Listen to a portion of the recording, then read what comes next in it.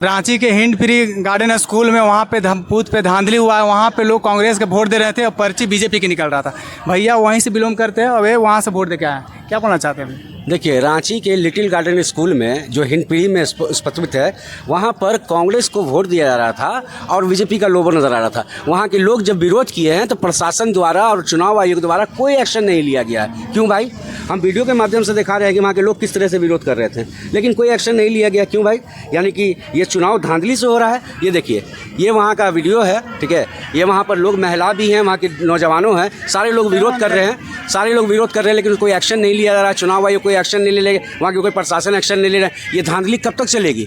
और चुनाव आयोग को सुप्रीम कोर्ट ने चैलेंज भी कर दिया है कि वोट का परसेंटेज जो बढ़ा है इतना, ये कैसे बढ़ गया है, इसका जवाब चुनाव आयोग को देना पड़ेगा। इस तरह का धांधली अगर चलेगा तो भाई बीजेपी तो आसान से सरकार बना लेगी। मैंने आपको कहने का मतलब यह है कि लोकतंत्र का हत्या किया जा रहा है। एकदम बिल्कुल, एकदम 110% हत्या किया जा रहा है लोकतंत्र का। उसमें आप देखिए, इस तरह से धांधली करके, इस तरह से चोरी करके, इस तरह से सीना चोरी करके आप वोट करवा रहे हैं। हम डाल रहे हैं भाई कांग्रेस को और बीजेपी का लोगो नजर आ रहा है। ये कौन सा भाई ये कर रहे हैं, खेला कर रहे हैं आप?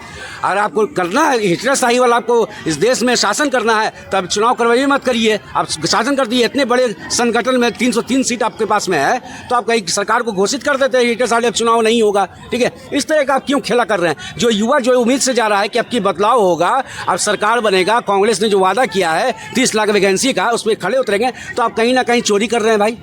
ये क्या मैसेज पहुंचाना चाहते हैं जनता के बीच में? वहाँ की जनता बहुत नाराज है, बहुत आक्रोश है, वो विरोध कर रही थी, लेकिन उसका कोई सुनवाई नहीं हुआ है। क्यों भाई?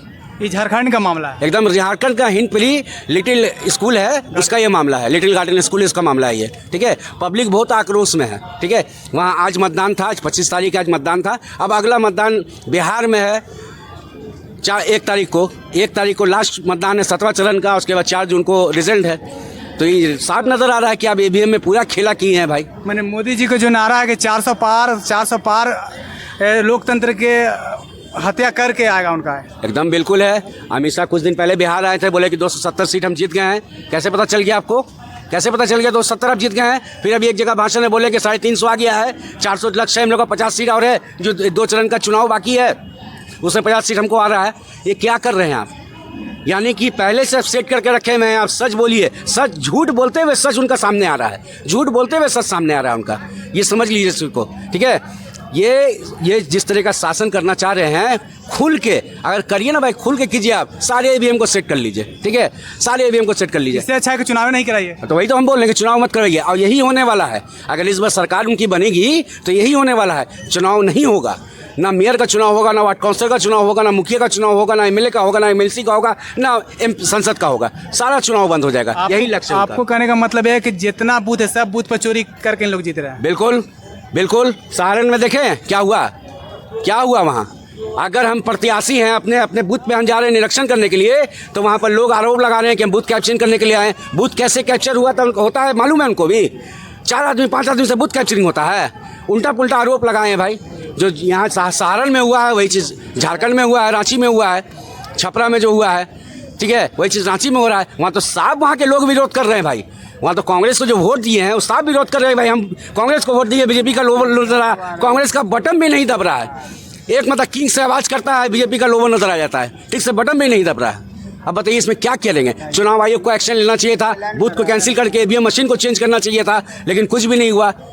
कोई प्रशासन की तरफ से भी, चुनाव आयोग की तरफ से कोई एक्शन नहीं लिया गया। मैंने सिर्फ एरिया देखा जा रहा है कि इस एरिया में किसका वोटर है, उस एरिया के अनुसार पोलिंग बूथ को चेंज कर दिया जाए। बिल्कुल बिल्कुल। देख रहे कि जहाँ पर कांग्रेस का वोट है वहाँ पर खेला हो जा रहा है, ठीक है, और जहाँ पर बीजेपी की है तो अब तक चल ही रहा है, लेकिन जहाँ पर कांग्रेस का वोट है वहाँ खेला कर दे रहे हैं लोग ईवीएम के साथ।